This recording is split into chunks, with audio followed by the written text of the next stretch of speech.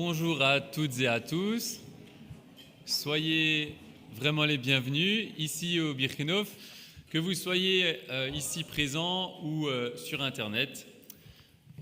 Voilà, soyez les bienvenus. Et je crois que le Seigneur se réjouit de tous ceux qui peuvent venir dans sa maison ou l'écouter ce matin. En tout cas, c'est ce qu'on retrouve quand on lit Jean 6, 37. « Tous ceux que le Père me donne viendront à moi, et je ne rejetterai jamais celui qui vient à moi. » Alors je crois que voilà, on fait bien d'être ici ce matin. Je me réjouis de ce qu'on va pouvoir écouter sa parole, le louer, et je vous propose de commencer par prier. Oui Seigneur, merci de ce qu'on peut venir dans ta maison ce matin. Merci de ce qu'on va pouvoir écouter ta parole. Je te prie de préparer nos cœurs, d'ouvrir nos oreilles, de permettre que nous puissions tous recevoir quelque chose de ta part ce matin. Permets que le culte puisse bien se dérouler et voilà, qu'il n'y ait pas d'accro technique ou autre chose, Seigneur. Merci pour ta présence. Amen.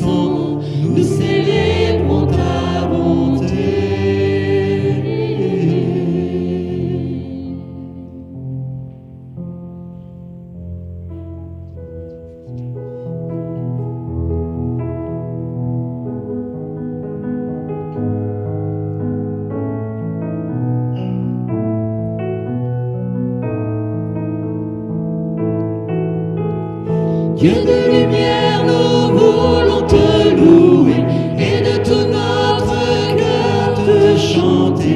Tu as créé les cieux et la terre. Dieu de lumière, nous voulons t'élever et dans nos vies entières t'honorer. Tu es celui dont l'amour durera toujours. Lève-toi mon âme pour le rencontrer et avec les anges viens le célébrer. Ô Dieu de lumière, nous voulons te louer et de tout notre cœur te chanter. Tu as créé les cieux et la terre. Dieu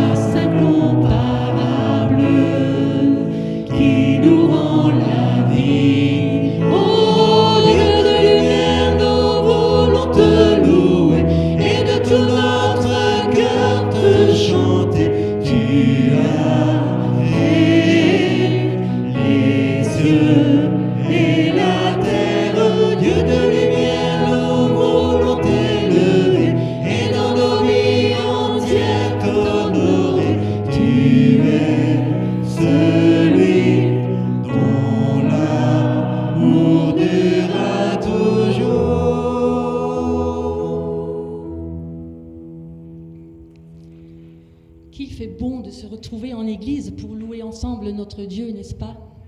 Bonjour à chacune et à chacun. J'aimerais vous parler un peu de quelque chose que j'ai vécu il y a pas très longtemps. Vous vous souvenez de le petit temps de canicule qu'on a eu il y a il y a à peu près 10 jours. Vous vous souvenez peut-être? Enfin, moi, je m'en souviens. Et je ne sais pas, c'est sûr que l'été, il fait chaud, hein, on n'y échappe pas.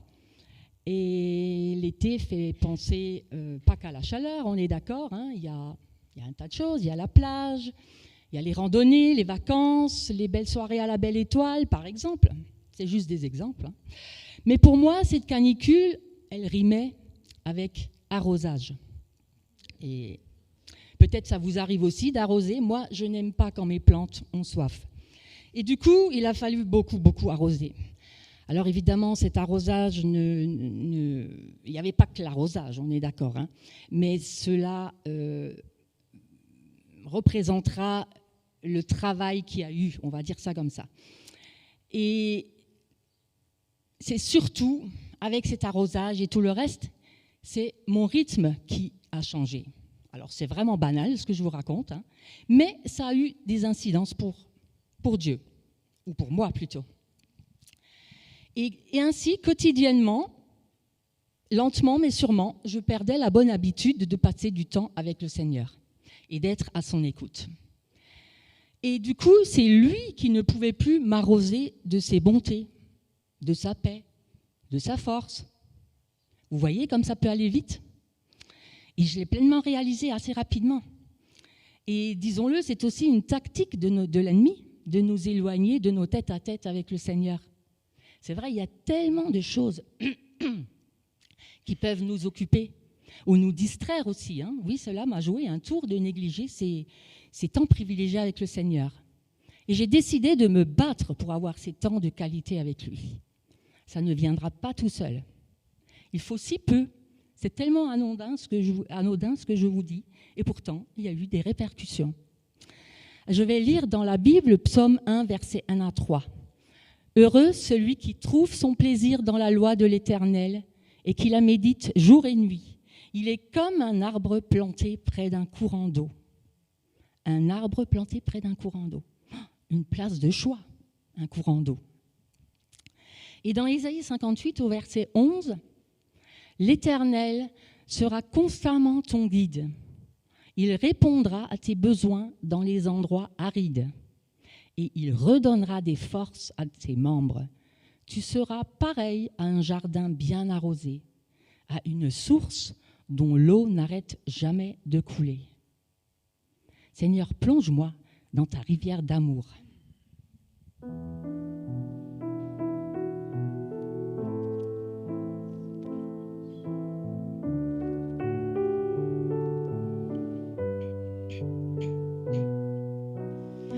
Plonge-moi dans ta rivière d'amour.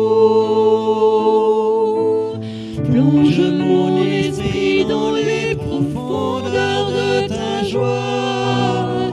Inonde le désert de mon âme.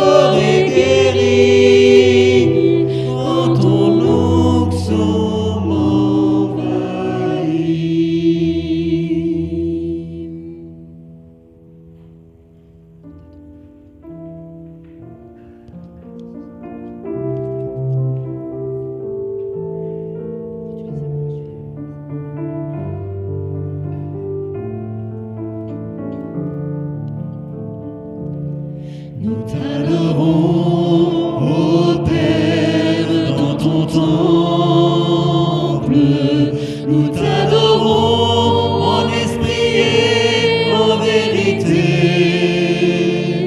Tu habites nos louanges. Nous t'adorons en esprit et en vérité. Car un jour près de toi vaut mieux que 1000 ailleurs. Je désire habiter dans ton temple. Car un jour près de toi vaut mieux que 1000 ailleurs. Je désire habiter dans ta maison, Seigneur. T'adorons, ô Père, dans ton temple. Nous t'adorons en esprit et en vérité. Tu habites nos louanges. Nous t'adorons en esprit et en vérité. Car un jour près de toi vaut mieux que 1000 ailleurs. Je désire habiter dans ton temple. Car un jour près de toi vaut mieux que 1000 ailleurs. Je désire habiter dans ta maison, Seigneur. Je désire habiter dans ta maison, Seigneur. Je désire habiter dans ta maison, Seigneur.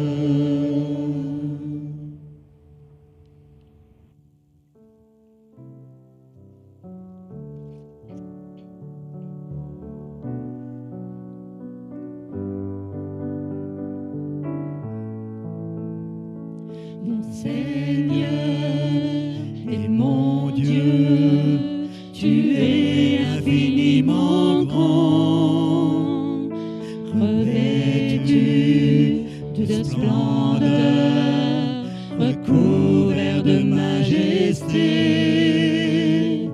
Tu t'es vêtu d'un manteau de lumière, tu es descendu parcourir la terre. Tu cherches un peuple qui veut vraiment t'honorer. Tu t'es vêtu d'un manteau de lumière, tu es descendu parcourir la terre. Tu cherches un peuple qui veut faire ta volonté. Mon Seigneur et mon Dieu, tu es infiniment grand, revêtu de splendeur, recouvert de majesté. Des quatre vents tu envoies tes paroles, tu souffles sur notre pays. Tu envoies sur nos vies un feu qui purifie. Des quatre vents tu envoies tes paroles, tu souffles sur notre pays. Tu envoies sur nos vies un feu qui purifie. Mon Seigneur et mon Dieu, tu es infiniment grand, revêtu de splendeur, recouvert de majesté. Je réponds, me voici, mon Dieu, mon Père, pour accomplir ta volonté. Que par ma bouche tes paroles soient données. Je réponds, me voici, mon Dieu, mon Père, pour accomplir ta volonté. Que par ma bouche tes paroles soient données. Mon Seigneur et mon Dieu, tu es infiniment grand.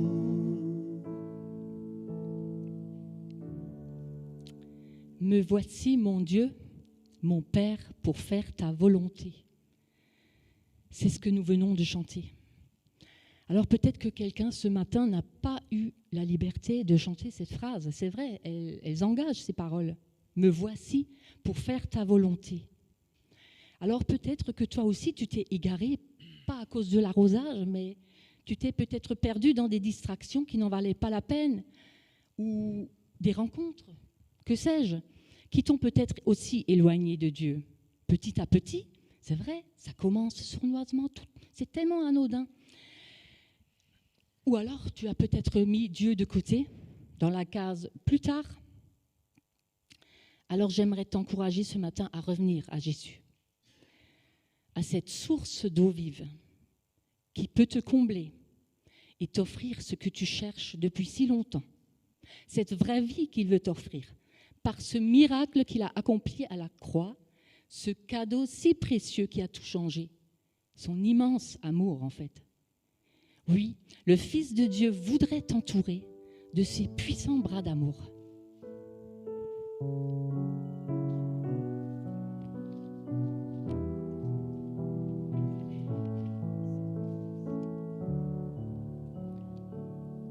Le Fils de Dieu voudrait t'entourer de ses puissants bras d'amour.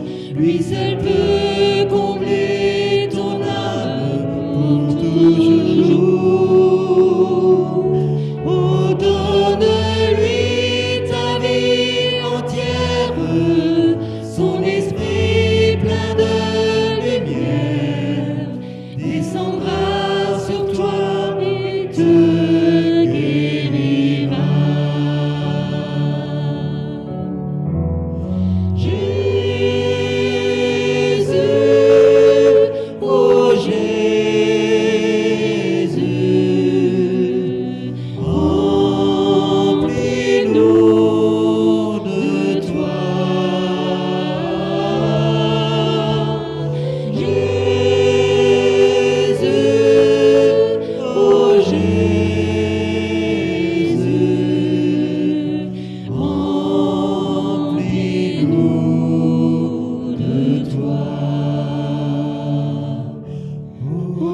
Chanter l'amour de Jésus et proclamer son salut. Soumets donc ton cœur à ce glorieux Sauveur. Oh, donne-lui tes larmes et tes pleurs, donne-lui tous tes soucis. Tu vivras pleinement en Jésus-Christ.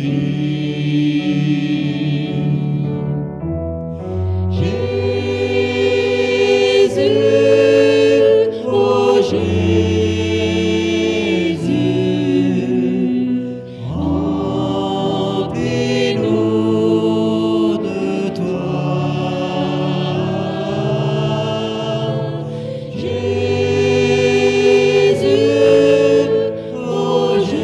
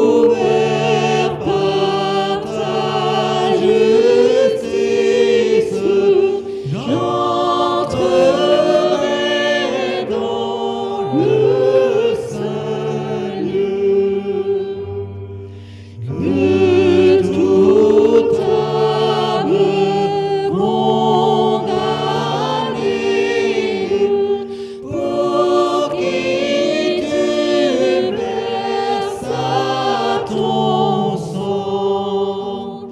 Sois ton Père ramené par ton amour tout puissant.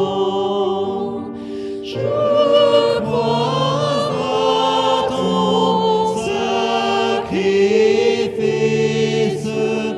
ô Jésus, agneau de Dieu, et couvert par ta justice, j'entrerai dans le saint lieu.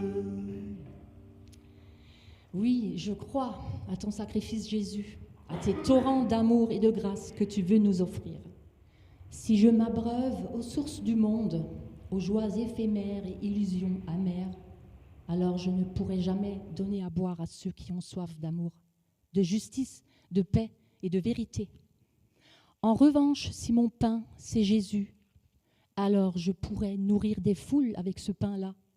Si mon eau est la vie que Jésus donne, alors je pourrai désaltérer les âmes assoiffées, comme la femme samaritaine à laquelle Jésus a dit, « Si tu bois de l'eau de ce puits, tu auras de nouveau soif. Mais si tu bois de l'eau que je te donnerai, moi, tu n'auras plus soif à jamais. » Quel est le pain dont je me nourris quotidiennement? Quelle est la source où je viens boire chaque jour? Seigneur mon Dieu, je veux te suivre où tu me conduiras. Merci pour la source intarissable que tu es, pour moi, pour nous, la source de la vie. Et tu nous as laissé une merveilleuse promesse. Rien, ni les puissances, ni le présent, ni l'avenir ne pourront nous séparer de ton immense amour pour nous. Merci.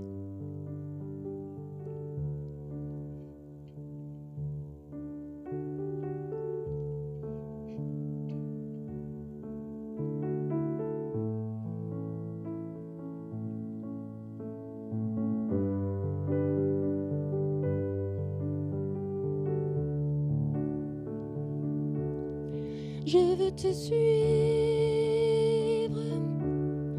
toute ma vie. Où tu iras, j'irai, je resterai. Je veux te suivre, oui, pour la vie. Où tu me conduiras, j'irai près de toi. Je veux te suivre toute ma vie. Où tu iras, j'irai, je resterai. Je veux te suivre, oui, pour la vie. Où tu me conduiras, j'irai près de toi. Je sais que ni les puissances, ni le présent, ni l'avenir ne peuvent me séparer de ton amour pour moi. Je sais que ni les puissances, ni le présent, ni l'avenir ne peuvent me séparer de ton amour pour moi. Ne peuvent me séparer de ton amour pour moi. Amen. Nous sommes en plein mois de juillet et de quoi pourrait-on bien parler au milieu de l'été? De météo? Vite lassant, hein. De la routine, du quotidien? Alors là, certainement pas, hein. On est en pleine grande vacances. Alors vous avez vu la photo, moi je vous propose de parler de tourisme, de vacances et de voyage. Comment percevez-vous la différence entre prendre des vacances et partir en voyage ?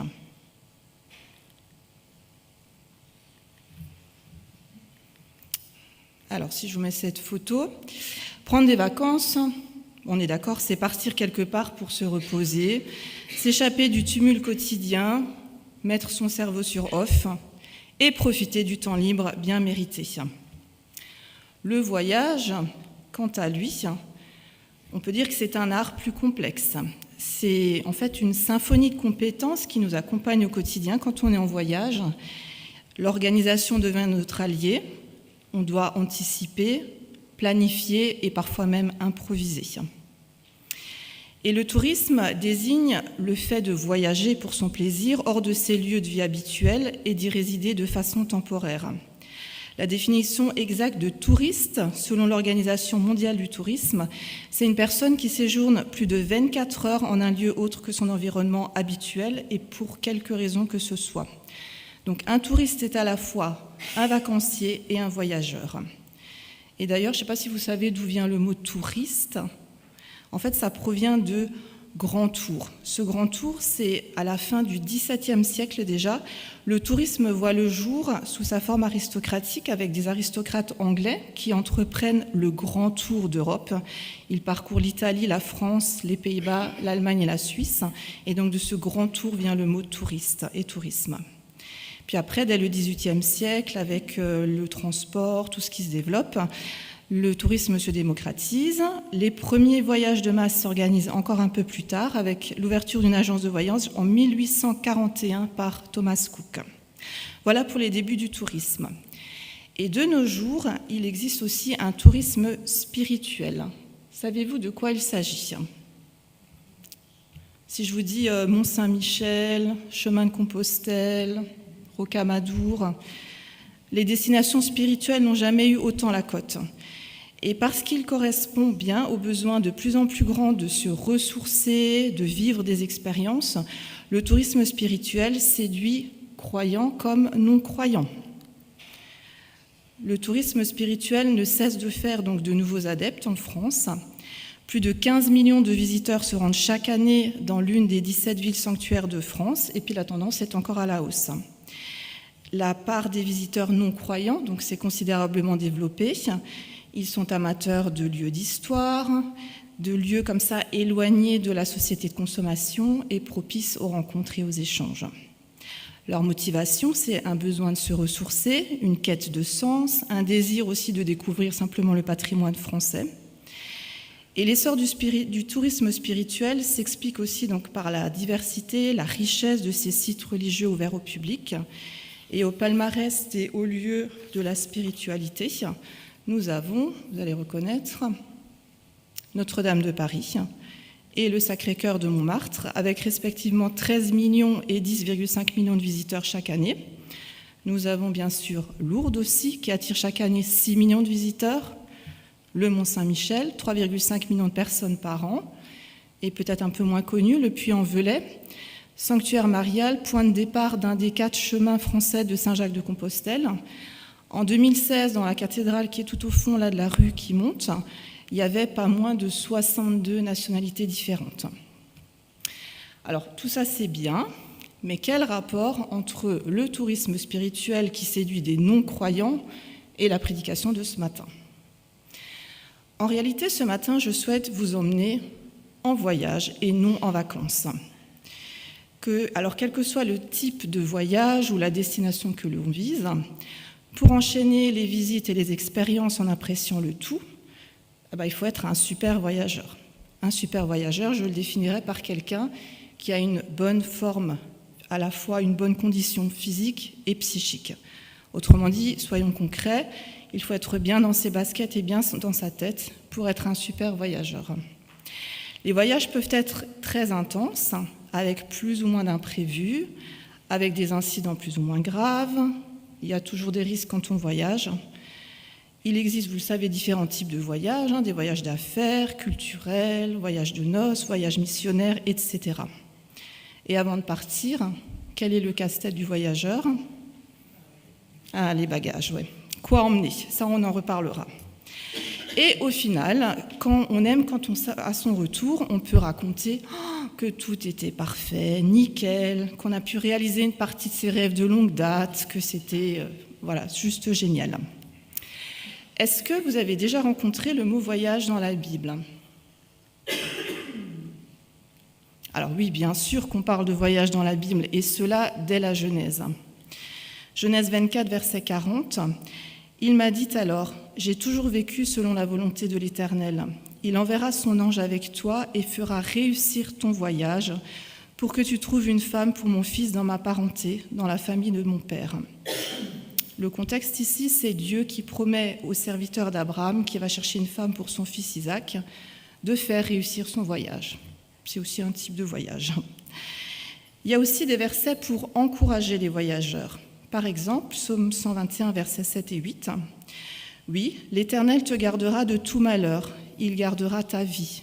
L'Éternel veillera sur toi de ton départ à ton retour, dès maintenant et à jamais. » Et dernier exemple, Deutéronome 31, verset 8. C'est Moïse qui dit à Josué, « L'Éternel lui-même marchera devant toi. Il sera avec toi, il ne te délaissera pas et il ne t'abandonnera pas. Ne crains rien et ne te laisse pas effrayer. » Si des versets comme cela nous sont donnés dans la parole de Dieu, c'est qu'il y en a grandement besoin dans certains cas. En effet, je vous emmène en voyage ce matin avec un super voyageur qui a effectué plusieurs voyages. Nous ne verrons que la deuxième partie de son premier voyage. Vous verrez, c'est déjà bien assez gratiné. Il lui en est arrivé des choses pas possibles et pourtant, il a récidivé. Il est parti encore et encore. Avez-vous deviné de qui je souhaite parler ? Voilà. C'est notre Saul devenu Paul dans le livre des Actes des Apôtres, qui pourrait aussi s'appeler Actes du Saint-Esprit ou encore Voyage de l'expansion de l'Évangile. Nous sommes entre 46 et 48 après Jésus-Christ. Paul s'est converti lors d'un voyage vers Damas en 32-34 après Jésus-Christ à Antioche. Et je lis Acte 13, versets 1 à 3. « Il y avait alors dans l'église d'Antioche des prophètes et des enseignants. Barnabas, Siméon surnommé le Noir, Lucius originaire de Cyrène, Manaon qui avait été élevé avec Hérode le gouverneur, et Saul. Un jour qu'ils adoraient ensemble le Seigneur et qu'ils jeûnaient, le Saint-Esprit leur dit « Mettez à part pour moi Barnabas et Saul pour l'œuvre à laquelle je les ai appelés. » Après avoir jeûné et prié, ils leur imposèrent les mains et les laissèrent partir. Suite à ça, suit le récit donc du début du premier voyage missionnaire de Paul en Acte 13. Donc Paul et Barnabas partent de l'église d'Antioche. Ils vont à Chypre, à Salamine, puis à Paphos qui est à l'autre bout de l'île. Ensuite, ils vont à Pergé. Là, nous sommes dans Acte 13, verset 13. Puis, ils reviennent à Antioche de Pisidie. Et ensuite, ils se dirigent vers Iconium. Là, on arrive au chapitre 14, et c'est ce que nous allons lire ensemble pour découvrir ce qui arrive à nos deux super voyageurs. Donc, je vous invite à lire Acte 14, l'ensemble du chapitre. Pendant cette lecture, soyez bien attentifs aux différents incidents que rencontrent nos deux super voyageurs, ainsi que le degré de gravité des faits rapportés. C'est parti. Bon voyage, et donc surtout relevez bien les nombreux rebondissements et déplacements de nos deux super voyageurs. À Iconium, Paul et Barnabas se rendirent aussi à la synagogue des Juifs et y parlèrent de telle sorte que beaucoup de Juifs et de non-Juifs devinrent croyants. Mais les Juifs qui avaient refusé de croire suscitèrent chez les non-Juifs de l'hostilité et de la malveillance à l'égard des frères. Néanmoins, Paul et Barnabas prolongèrent leur séjour dans cette ville. Ils parlaient avec assurance, car ils étaient confiants dans le Seigneur, et celui-ci confirmait la vérité du message de sa grâce en leur donnant d'accomplir des signes miraculeux et des prodiges. La population de la ville se partagea en deux camps. Les uns prenaient parti pour les Juifs, les autres pour les apôtres. Les non-juifs et les juifs, avec leurs chefs, s'apprêtaient à maltraiter les apôtres et à les lapider. Mais ceux-ci, dès qu'ils en furent informés, cherchèrent refuge dans les villes de la Lycaonie, Lystre, Derbé et les environs. Là aussi, ils annoncèrent l'Évangile. À Lystre se trouvait un homme paralysé des pieds. Infirme de naissance, il n'avait jamais pu marcher. Il écoutait les paroles de Paul. L'apôtre fixa les yeux sur lui et voyant qu'il avait la foi pour être sauvé, il lui commanda d'une voix forte « Lève-toi et tiens-toi droit sur tes pieds. » D'un bond, il fut debout et se mit à marcher. Quand ils virent ce que Paul avait fait, les nombreux assistants crièrent dans leur langue le lycaonien « Les dieux ont pris forme humaine et ils sont descendus parmi nous. » Ils appelaient Barnabas Zeus et Paul Hermès parce qu'il était le porte-parole.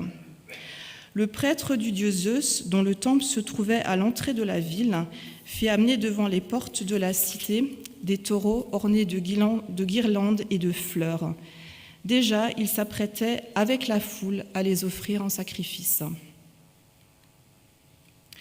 Quand les apôtres Barnabas et Paul l'apprirent, ils déchirèrent leurs vêtements en signe de consternation et se précipitèrent au milieu de la foule en s'écriant « Amis, que faites-vous là ? Nous ne sommes que des hommes, nous aussi, semblables à vous. Nous sommes venus vous annoncer une bonne nouvelle, c'est qu'il vous faut abandonner ces idoles inutiles pour vous tourner vers le Dieu vivant qui a créé le ciel et la terre, la mer et tout ce qui s'y trouve. Dans les siècles passés, ce Dieu a laissé tous les peuples suivre leur propre chemin. Pourtant, il n'a jamais cessé de leur donner des témoignages de sa bonté, car il vous envoie du ciel la pluie et des fruits abondants en toute saison, en leur saison. Oui, c'est lui qui vous donne de la nourriture en abondance et comble votre cœur de joie. Même en leur parlant ainsi, ils eurent beaucoup de mal à dissuader la foule de leur offrir un sacrifice. Des Juifs arrivèrent d'Antioche et d'Iconium et ils parvinrent à retourner le peuple contre eux. Ils lapidèrent Paul, puis ils le traînèrent hors de la ville, croyant qu'il était mort. Mais quand les disciples se rassemblèrent autour de lui, il se releva et rentra dans la ville. Le lendemain, il partit avec Barnabas pour Derbé. Après avoir annoncé l'évangile dans cette ville et y avoir fait de nombreux disciples, ils retournèrent à Lystre, à Iconium et à Antioche. Ils fortifiaient les disciples et les encourageaient à demeurer fermes dans la foi. Car, leur disait-il, c'est au travers de beaucoup de souffrances qu'il nous faut entrer dans le royaume de Dieu. Dans chaque église, ils firent nommer pour celle-ci des responsables et, en priant et en jeûnant, ils les confièrent au Seigneur en qui ils avaient cru. De là, ils traversèrent la Pisidie et gagnèrent la Pamphylie. Après avoir annoncé la parole à Pergé, ils descendirent au port d'Attalie. Là, ils s'embarquèrent pour Antioche, d'où ils étaient partis, et où on les avait confiés à la grâce de Dieu pour l'œuvre qu'ils venaient d'accomplir. À leur arrivée, ils réunirent l'Église et racontèrent tout ce que Dieu avait fait avec eux.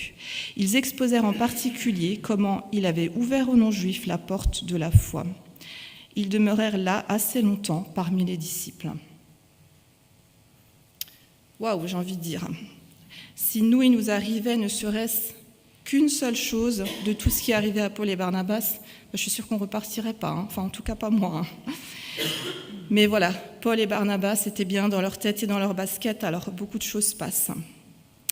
Si on dégrossit cette partie du voyage et les péripéties rapportées, voilà ce qu'on peut en retenir. À Iconium, nous avons cette division de la population à cause de la parole apportée par Paul. Ensuite, à Lystre, nous avons carrément le délire. Ils sont pris pour des dieux parce qu'il y a eu ce miracle de cet homme qui d'un coup pouvait marcher. Donc, ils ont dû avoir recours à un discours adapté pour s'en sortir. Et puis, tout de suite après avoir été pris pour des dieux, Paul est lapidé. À Derbé, ils annoncent la parole. Et à leur retour, qui est aussi donc le point de départ de ce premier voyage, ils retournent à l'église pour faire leur rapport missionnaire à l'Assemblée. Alors à présent, pour se rendre mieux compte de la gravité de tout ce qui s'est passé, je choisis de revenir sur ces événements, non plus en fonction de leur lieu géographique, je pense que ça n'a pas tellement d'importance, mais selon l'impact psychique ou physique que cela a provoqué sur nos deux super voyageurs. Alors je vous propose le plan suivant. Donc, qu'est-ce qu'il y a eu au niveau de leur physique, de leur psychique, et puis l'album photo de retour. Alors, on commence avec le premier point.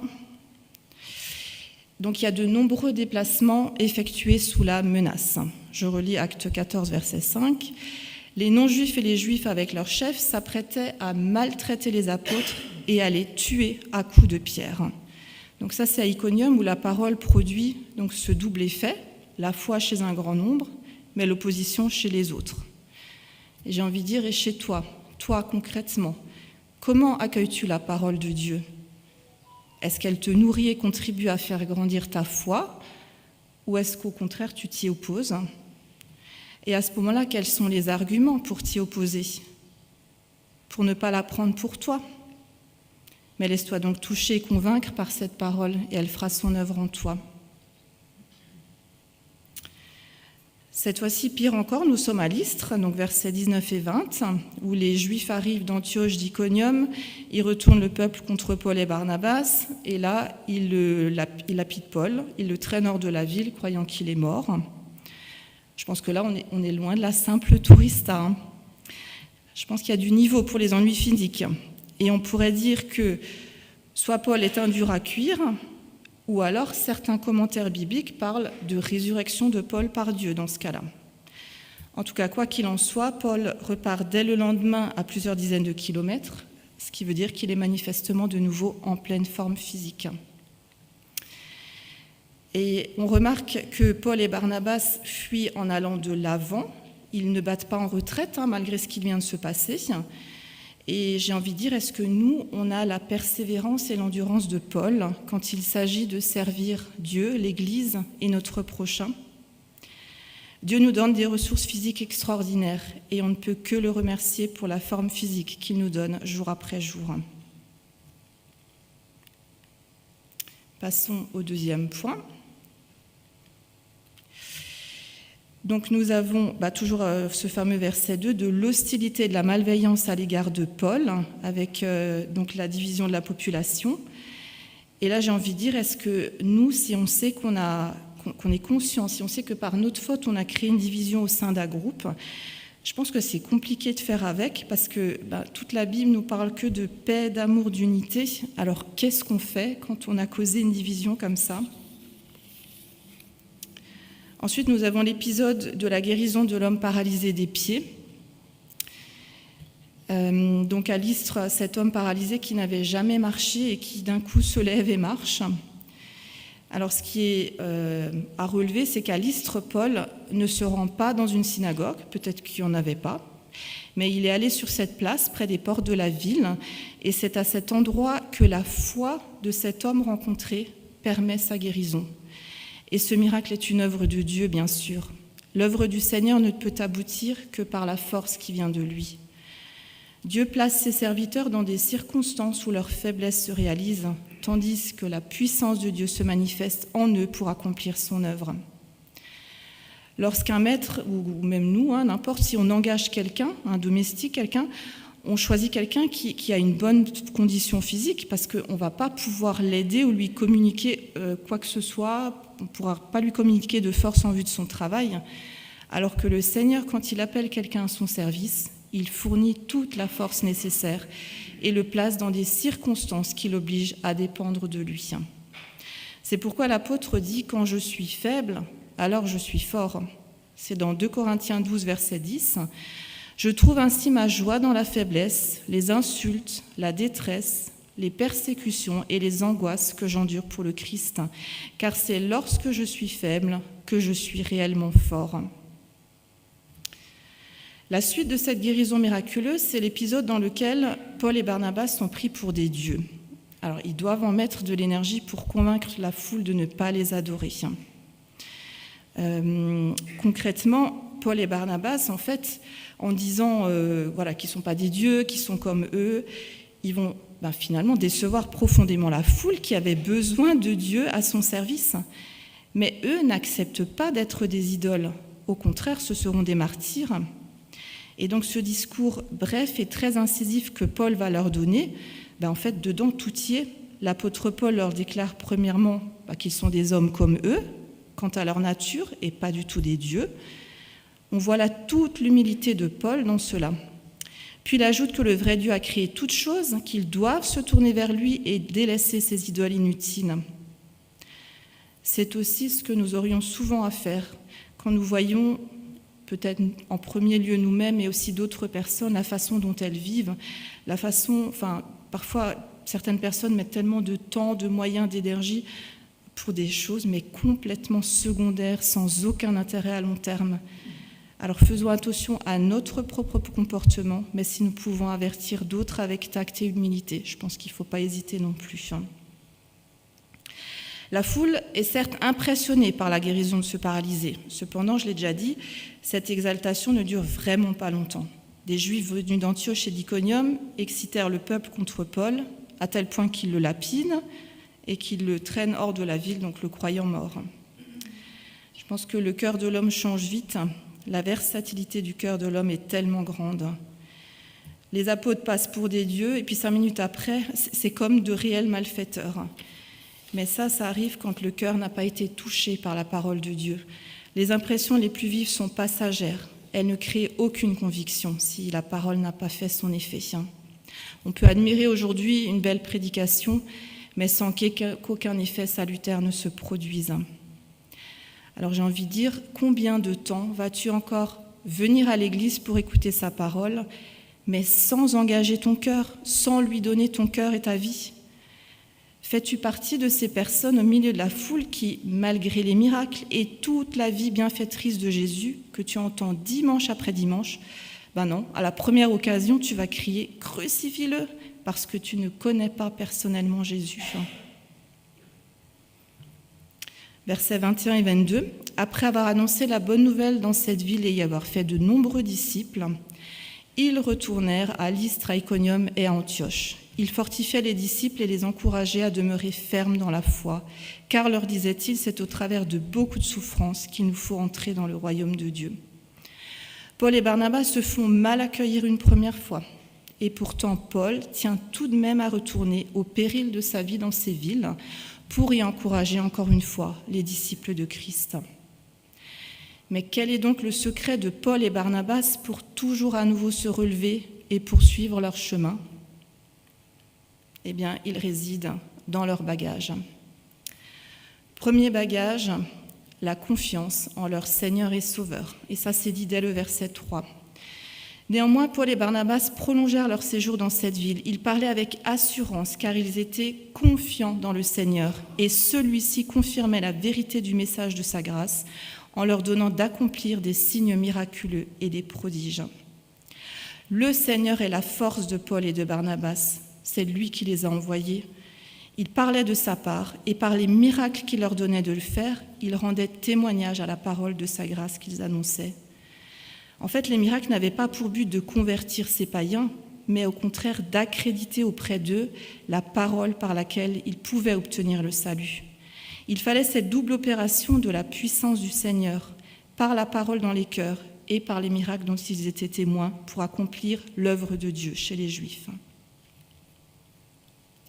Deuxième bagage, résister à l'orgueil, rester humble.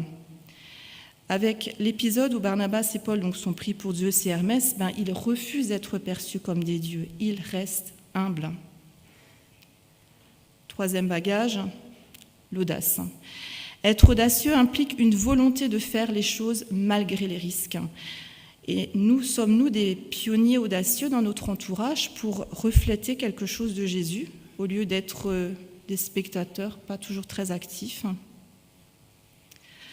Au travers de notre voyage de la vie quotidienne, est-ce qu'on met toujours ces 3 choses en avant pour tenir bon, pour pouvoir tout supporter et poursuivre inlassablement sa route ? Ouais, vraiment, on doit penser au fait qu'il n'y a rien de mieux à faire que de placer notre confiance dans notre grand Dieu, qui est ou qui doit devenir notre Seigneur et Sauveur. Nous arrivons à l'album photo de retour. Je disais en intro qu'on est tellement fiers de pouvoir raconter ses exploits au retour d'un voyage, en insistant bien « Waouh, j'ai pu faire ça, j'ai pu aller là, j'ai pu profiter de ça, j'ai eu la chance de... j'ai encore pensé au dernier moment à faire ci, à faire ça. » Bon, je pense que tout le monde se reconnaît. Comment est-ce que nos 2 super voyageurs racontent-ils leur périple au retour ? Moi je, ou nous on a. Non. verset 27, ils racontèrent tout ce que Dieu avait fait avec eux. Et à qui racontent-ils leur périple ? Donc on a dit, ils retournent à Antioche. À leur arrivée, ils réunirent les membres de l'Église et leur racontèrent tout ce que Dieu avait fait avec eux. Et qu'est-ce qu'ils racontent à leur retour ? Leurs exploits. Je pense qu'il y avait de quoi raconter, les miracles vécus. Oh, non mais tu te rends compte ? Dieu m'a permis de guérir un homme qui n'avait jamais marché, et il marche. Dieu m'a relevé après une lapidation. En fait, c'est pas du tout ça qu'il raconte. Si on lit tout le verset 27, ils exposèrent en particulier comment il avait ouvert aux non-juifs la porte de la foi. Voilà ce qu'ils disent à l'Église. Si on détaille un peu plus, voilà quels sont les résultats de ce premier voyage missionnaire. Paul fait allusion à ses nombreux périples dans ses épîtres aussi, notamment dans 2 Timothée 3, verset 11. « Tu as pu voir quelle persécution et quelle souffrance j'ai endurée à Antioche, à Iconium et à Lystre. Quelle persécution en effet n'ai-je pas subie. Et chaque fois, le Seigneur m'en a délivré. » Ou encore, autre exemple, dans 2 Corinthiens 11, versets 25 à 28. « 3 fois j'ai été fouetté, 1 fois lapidé. J'ai vécu 3 naufrages, j'ai passé 1 jour et 1 nuit dans la mer. Souvent en voyage, j'ai été en danger au passage des fleuves, en danger dans des régions infestées de brigands, en danger à cause des Juifs, mes compatriotes, en danger à cause des païens, en danger dans les villes, en danger dans les contrées désertes, en danger sur la mer, en danger à cause des faux frères. J'ai connu bien des travaux et des peines, de nombreuses nuits blanches, la faim et la soif, de nombreux jeûnes, le froid et le manque d'habits. Et sans parler du reste, je porte mon fardeau quotidien. » Dans tout ça, à quoi Paul pense ? Le souci de toutes les églises. Le souci de toutes les églises. En effet, Paul, loin de juste annoncer le salut aux nations pendant ses voyages, il annonce aussi aux convertis qu'il constitue l'Église avec un grand E, ou l'Assemblée de Dieu, dont chaque croyant est un membre du corps de Christ. Concrètement, est-ce que nous, on est toujours conscients d'être un membre du corps du Christ et non un simple spectateur et auditeur quand on vient à l'Église ? Alors, comment Paul en est-il arrivé à ce point-là ? Paul et Barnabas évangélisent à tout va. Ils ne s'arrêtent pas, bien qu'ils restent quand même prudents et sages. Et quand les Juifs leur courent après, au lieu d'entraver l'œuvre de Dieu, ils continuent à la propager, puisque Paul et Barnabas, on l'a vu, fuient en avant. Ensuite, il y a la création d'églises. Là où il y a plusieurs chrétiens, ils cherchent à se rassembler en église. Paul a donc créé plusieurs églises dans les villes dans lesquelles il a séjourné, enseigné, et de nouveau encouragé plus tard les disciples. Et comment s'y est-il pris exactement ? Donc, première étape, il enseigne pour convertir, faire de nombreux disciples, dont certains d'entre eux vont à leur tour à nouveau enseigner, devenir bergers pour prendre soin de ces communautés naissantes. Ensuite, deuxième étape, il fait superviser ces rassemblements de chrétiens, autrement dit ces églises, par une supervision pastorale, verset 23a. Dans chaque église, il fit élire des responsables. Et enfin, troisième étape, il les confie à la fidélité de notre Seigneur. Dans chaque église, il fit élire des responsables et, en priant et en jeûnant, ils les confièrent au Seigneur en qui ils avaient cru. Oui, l'Église appartient à Dieu et on peut lui faire confiance qu'il s'occupe des siens. On retrouve les 2 secrets des super voyageurs pour faire réussir leur entreprise, à savoir la confiance totale en leur Dieu, Sauveur et Seigneur, et l'humilité. Paul, il n'insinue pas que si lui vient plus, ces églises naissantes risquent de ne pas se développer ou de mourir. Au contraire, il les confie simplement à Dieu. Alors, que retenir de tout cela ? Désormais, qu'est-ce que vous allez emmener en voyage ? La confiance en Dieu, l'humilité, l'audace, et je pourrais ajouter la paix aussi. Ces péripéties arrivées à Paul et Barnabas lors de cette partie de premier voyage nous enseignent et nous questionnent sur différents points que je vais récapituler ici. Le premier, c'est l'accueil de la parole. Comment est-ce que toi, tu accueilles la parole de Dieu ? Est-ce que tu la rejettes ou est-ce qu'elle va te nourrir et te faire grandir ? les ressources que Dieu nous donne pour son œuvre. Est-ce que nous avons la persévérance et l'endurance de Paul quand il s'agit de servir Dieu, l'Église et notre prochain ? Œuvrons pour la paix. Si tu veux voir des miracles, mets ta foi en action. C'est la foi de cet homme qui a permis sa guérison, et ce miracle est une œuvre de Dieu. Faisons attention à notre propre comportement si nous voulons et si nous pouvons avertir d'autres, n'hésitons pas. Combien de temps vas-tu encore venir à l'église pour écouter sa parole, mais sans engager ton cœur, sans lui donner ta cœur et ta vie ? Et enfin, l'album photo sera-t-il du type ce que moi j'ai fait ou ce que Dieu a fait avec moi ?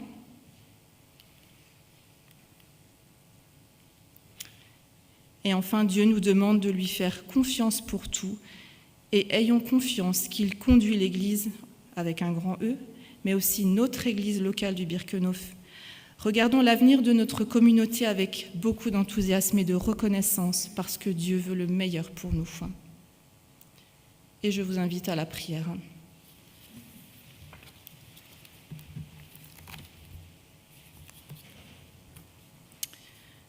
Notre Seigneur et Sauveur, merci pour ces récits racontés dans ta parole. Ces récits ne peuvent que nous impressionner et nous conduire à te faire confiance personnellement pour chacune de notre vie, mais aussi à te faire confiance parce que tu prends soin de ton église locale du Birkenhof avec fidélité. Il n'y a aucun doute à ce sujet. Parfois, il y a des étapes plus difficiles dans le voyage de la vie. Et Seigneur, je te demande de te révéler tout particulièrement aux personnes passant par ces voyages et ces passages délicats et douloureux. Que ces personnes continuent d'espérer en toi seul, en mettant leur foi en action afin de déclencher des miracles. Oui, Seigneur, nous avons un exemple de persévérance avec Paul, un exemple d'humilité aussi, et aide-nous à tendre vers cela en comptant sur toi. Au nom de Jésus. Amen.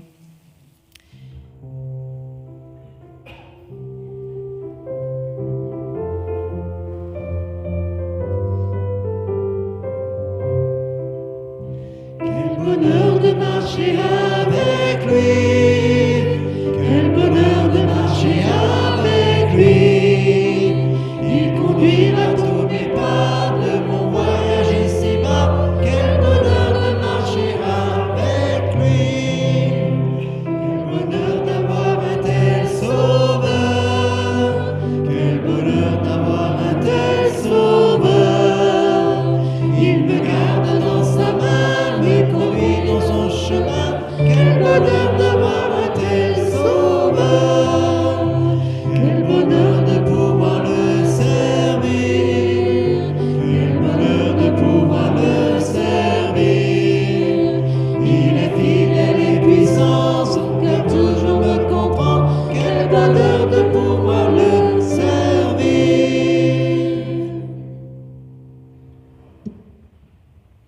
Voilà, en guise d'envoi pour cette nouvelle semaine, je vous propose de vous lever et je vais lire plusieurs versets dans 1 Pierre 4, c'est de 7 à 10. On peut le prendre comme une exhortation. La fin de toute chose est proche. Menez donc une vie équilibrée en faisant preuve de modération afin d'être disponible pour la prière. Avant tout, aimez-vous ardemment les uns les autres, car l'amour garde le silence sur un grand nombre de péchés. Exercez l'hospitalité les uns envers les autres sans vous plaindre. Chacun de vous a reçu de Dieu un don de grâce particulier qu'il l'exerce au service des autres comme un bon gérant de la grâce infiniment variée de Dieu. Voilà. Bon dimanche à tous.